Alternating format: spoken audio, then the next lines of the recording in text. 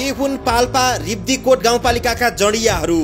गाउँमा अत्याधिक जाँड खाएर ल्याङफ्याङ उनीहरूलाई गाउँपालिकाले नै खोजी जम्मा पारेर खादा माला र अबिर जात्रा सहित सम्मान गरेको छ। अबदेखि मैले के गर्नु पर्यो भन्दाखेरि बिहानमा नखानी साँझमा खाए पनि थोरै।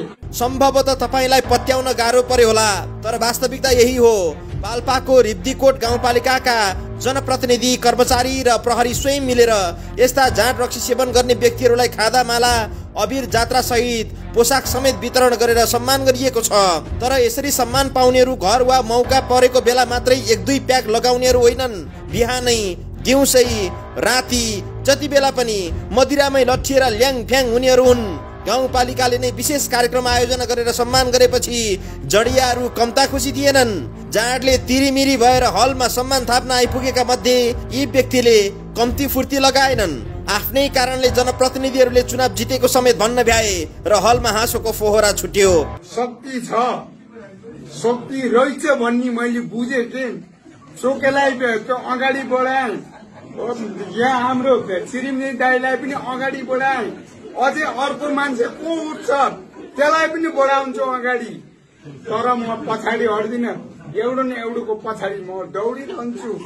तर म नेताहरू मेरा दाजुहरू हेर्नु त, यहाँ बसमा चाहिँ उहाँ दिदीलाई उहाँको लागि पनि म कति पछि दौडेको। अहिले मलाई फेरि हिँड्न पार्छु, नभए यो मलाई फेरि हिँड्थे मैले। सुन्दा अचम्म लाग्न सक्छ।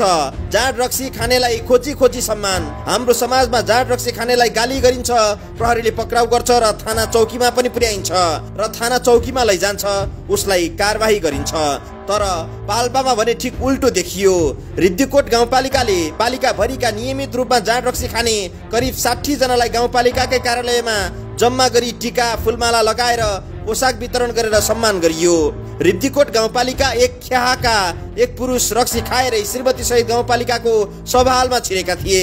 आफू जस्तै नियमित रक्सी खाएर हिँड्ने दर्जनौं व्यक्तिलाई गाउँपालिकाको टीका फुलमाला सहित पोसाकबाट सम्मानित गरेको देख्दा उनी निकै खुसी देखिए। मञ्चमा गए, रक्सीको नशाले आफूलाई पहुला बनाएको गीत पनि गाउन भ्याए।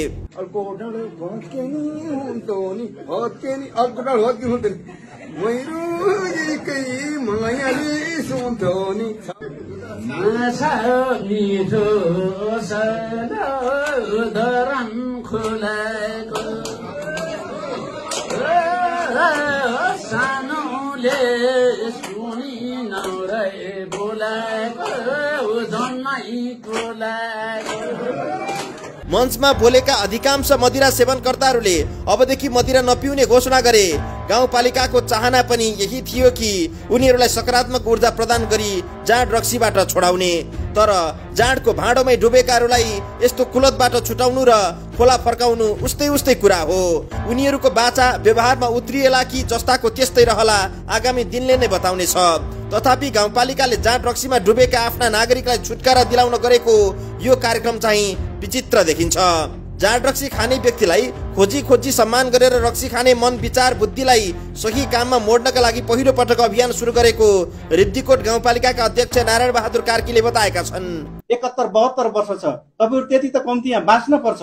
तपाईहरुले चाहिँ त्यो बाँच्नको लागि चाहिँ कस्तो खालको चाहिँ जीवनशैली अपनाउनु पर्छ, के गर्न पर्छ भनेर चाहिँ हामीले तपाईहरुलाई भन्ने र तपाईहरुले त्यो अनुसार काम गर्ने अवस्था सिर्जना भयो भने यो तपाईको परिवार, तपाई, यो समाज, यो गाउँ र रिब्दीकोट समग्र रिब्दीकोट गाउँपालिका र देशलाई पनि अगाडि बढाउन सकिन्छ भन्ने हामीलाई लागेको भएर केही न केही सुरुवातको अवस्थामा केही न केही हामीले चाहिँ गरौँ भनेर यो कार्यक्रम चाहिँ आयोजना गरे। गाउँपालिकाले पुरुष मात्र होइन, नियमित रक्सी सेवन गरी घरबार लथालिङ्ग भएका महिलालाई पनि फुलमालाले सम्मान गरेको छ।